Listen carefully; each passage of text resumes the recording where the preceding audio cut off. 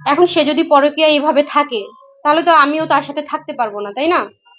সেটাই ভালো হয় আমাকে ছেড়ে দেখ, আমাকে ছেড়ে দিলে সে যার সাথে পরকীয়া করছে তাকে নিয়ে ভালো থাকতে পারবে।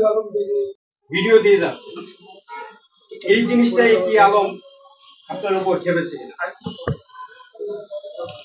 প্রতি ঘন্টায় ঘন্টায় আপনার এটা ভাইয়া কাজ, এটা কাজ তো করতেই হবে। শেষ করি ভাইয়া। আর আর কোনো প্রশ্ন? মানুষ হিসেবে এখন যেহেতু তার বিরুদ্ধে আমি বলছি যে সে পরকীয়া করছে, এখন আমি কি বলতে পারি বলেন? সে আমার কাছে এখন কেমন ব্যক্তি হতে পারে? একজন একজন ওয়াইফ স্টিল নাও থাকতেও সে যেহেতু পরকীয়া করছে, সেই ক্ষেত্রে তো সে ভালো না, তাহলে ভালো মানুষ না। সে ভালো মানুষ হলে তো আর পরকীয়া করতো না। না না, সে যদি আমাকে তালাক দিয়ে দেয় সেখানে আমার কিছু বলার নেই। সে যেহেতু পরকীয়ায় আছে, সে আমাকে তালাক দিয়ে যদি তাকে নিয়ে ভালো থাকতে পারে, থাকুক, আমার কোনো অভিযোগ নেই। আমি চাচ্ছি কেন, সেই তো চাচ্ছে। এসব বিষয়ে এখন কথা বলতে চাচ্ছি না আমি। একজন স্ত্রী,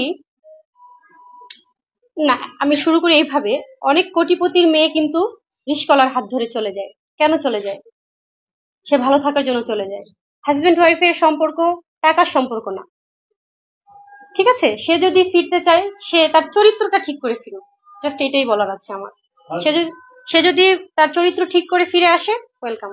8 মাস যাবত সে পরকীয়া করছে। এতদিন হচ্ছে মিউচুয়াল করার, আমি একজন স্ত্রী, আমি মিউচুয়াল করার তো চেষ্টা করব, তাই না? কিন্তু লাস্ট পর্যন্ত দেখছি আর পারছি না। সেই মেয়ের সাথে আমার কন্টিনিউ কথা হয়েছে। সেই মেয়ের একটাই কথা, সে তার উপরে দুর্বল হয়ে পড়েছে, তাকে ভালোবাসে সে। একজন স্ত্রী হিসেবে আমার এগুলো শুনতে হয়েছে। ভাইয়া তারা হচ্ছে গিয়ে বাসা ভাড়া নিয়েও 3 মাস ছিল, ঠিক আছে? আসলে আলম হচ্ছে গিয়ে ওই মেয়েটার সাথে 3 মাস প্রায় বাসা ভাড়া নিয়েছিল। তো আমি একটু তার থেকে দূরেই ছিলাম, মানে অফিস ছিল এক জায়গায় আর আমার বাসা ছিল একটু দূরে। তো সেই ক্ষেত্রে সে নিয়মিত বাসা যেতে পারতো না। আর ওই মেয়েকে নিয়ে সে অফিসের কাছেই বাসা নিয়েছিল। ওই মেয়ের সাথে সে 3 মাস ছিল। 3 মাস থাকার পরও সে, মানে আমি যখন তাকে বলতাম যে এগুলো কি কেন করছো, এগুলো অস্বীকার করত, সে ডিরেক্ট অস্বীকার দিত। কিন্তু তার আশেপাশে যারা থাকতো তারা আসলে বিষয়গুলো আমাকে জানাইতো যে এটা এটা এটা হচ্ছে, ওইটা হচ্ছে। আমি কন্টিনিউয়াসলি জানতে থাকতাম আর আমি তাকে শুধরানোর চেষ্টা করি। মানুষের জীবন কি নাটক মনে হয় নাকি বলেন? না আসলে এটা ঠিক না, এটা ঠিক না। আচ্ছা এইটাই যদি হয় তাহলে হিরো আলমকেই কেন বিয়ে করবো আমি? বাংলাদেশে কি আর কোনো স্টার ছিল না?